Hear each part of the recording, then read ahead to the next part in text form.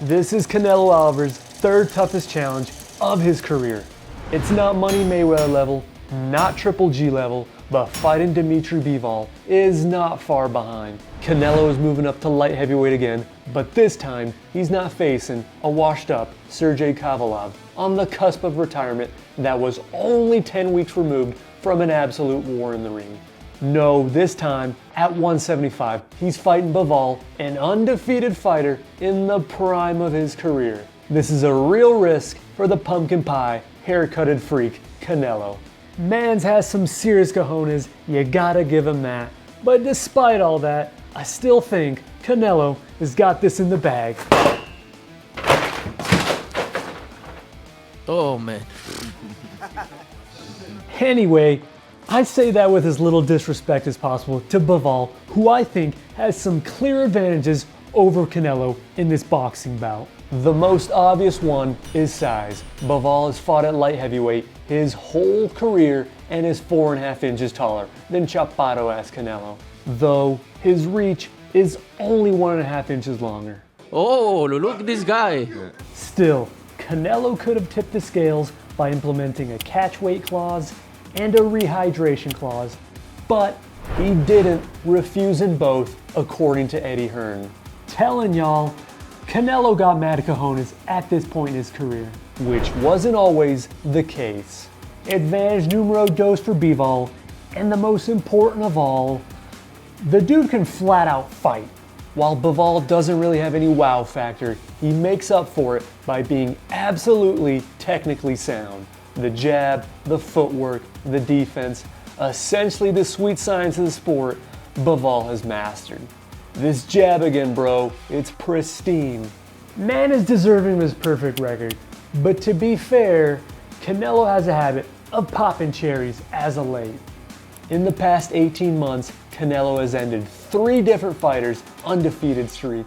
The first innocent victim was Caleb Smith's tall ass, then it was Billy Joe Saunders, and most recently, Caleb Plant got carnivored. But unlike those 3 guys, Bivol smashed some top dudes to stay undefeated. There was no gimme wins against the likes of Joe Smith Jr., Jean Pascal, and Sullivan Barrera. Who I'm fighting? Demetrius. So despite Bivol's major advantages, size, and a fundamentally sound boxing style, a style that's proven to give Canelo plenty of problems over his career. Why do I think Bivol has an almost 0% chance of winning?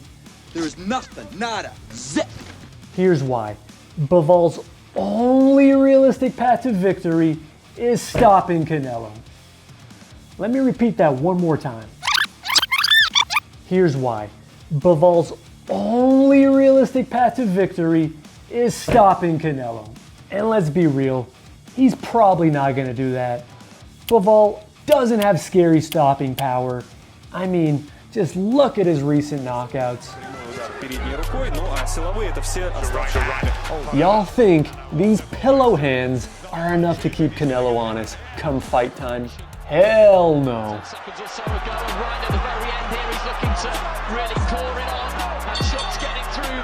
And then Bivol's path to victory via decision is less realistic. Let's address the elephant in the room. If this goes to the judges, there's no way they're scoring it Bivol over Canelo. The sport's biggest cash cow by a mile. Bivol would have to shred Canelo 12 rounds, 36 minutes, non-stop to earn the decision. And even then, I'm not so sure he would. Who remembers when Canelo fought Mayweather, got his clock clean, bell to bell, and somehow, some way, got a damn draw from one of the judges? I don't know what fight that them judges are watching, but it's boxing. It ain't the first time this has happened. Boxing gonna be boxing, y'all. We all know Canelo is the most protected man in the sport, by far. If it comes down to a dicey decision, which I don't think it even will. Big cojones Canelo is the pound for pound king for a reason. Expect him to be his usual aggressive self, size mismatch be damned. And despite being the exact same age as Bivol, Canelo got 40 more pro fights under his belt. And did I mention this fight goes down Cinco de Mayo weekend? Canelo ain't about to let down a whole country. Or is he? Hear me out. Canelo's gonna be just fine in this legacy fight. But you know how he could have padded his legacy even more? Fighting Bivol in his country of Russia, a la Rocky Balboa facing Ivan Drago inside the Soviet Union. Rocky effectively ended the Cold War that night, and Canelo could have done the same with the current conflict in Eastern Europe. But he didn't. So Canelo haters, if you need some new ammo, now that Canelo ain't dodging anybody in the ring anymore, except Jake Paul! then let it be this. Canelo might be pro-war. Might be. I'm joking. Maybe.